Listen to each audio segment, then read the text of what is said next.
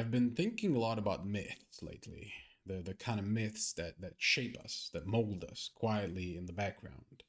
Because I realized that we're all living a myth, whether we know it or not.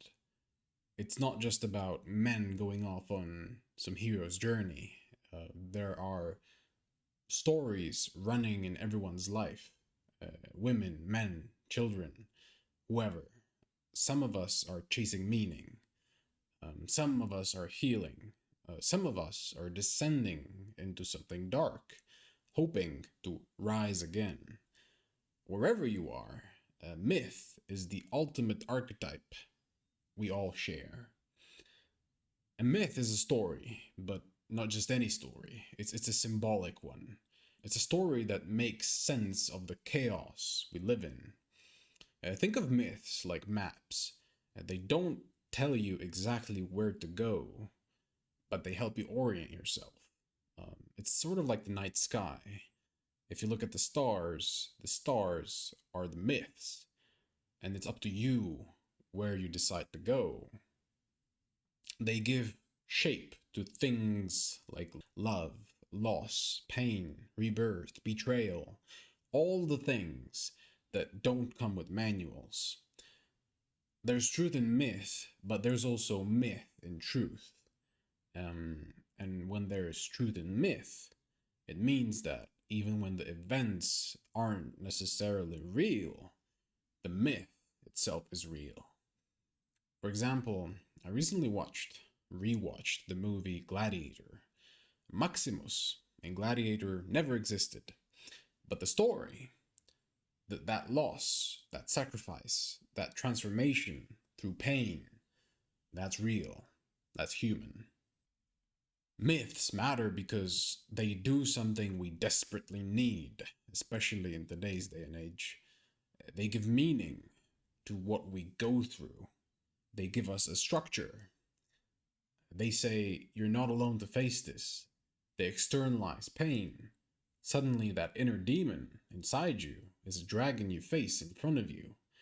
They give us hope because in myths, darkness always leads to transformation. In darkness, there is light. They also speak in symbols, so they connect with deeper parts of us that we barely understand. So whether you're heartbroken or depressed or stuck or anything, there's a myth for that. You're not alone. The story itself has been told before, and that's sort of weirdly comforting if you think about it. Most of the time, we hear about the hero's journey, the to slay the dragon, to save the world, to conquer, but there's another path too, the heroine's journey, the journey of the woman. It's not always about battle, it's about descent, going inward, facing the parts of yourself you were taught to avoid by society, by your friends, and even by yourself at times. It's the journey of Persephone, for example, or even better, modern women who are balancing strength and softness and ambition and nurture. This matters because myth is not a one size fits all. Your journey might look different, but it's still valid. It's still powerful. It's yours. Maybe you're in the underworld right now. Maybe you're slaying your own dragons. Or maybe, like a lot of us, you don't know what myth you're in yet, and that's okay too.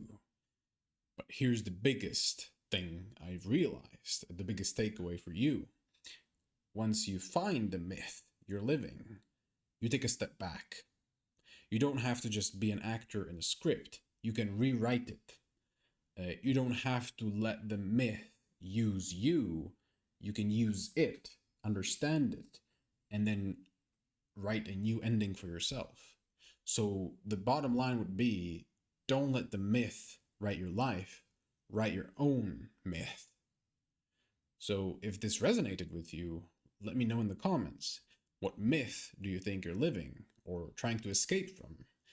And if you're still searching, there's a myth for that too. The myth of the seeker. which I lived myself until recently. Thanks for watching. I'll see you next time.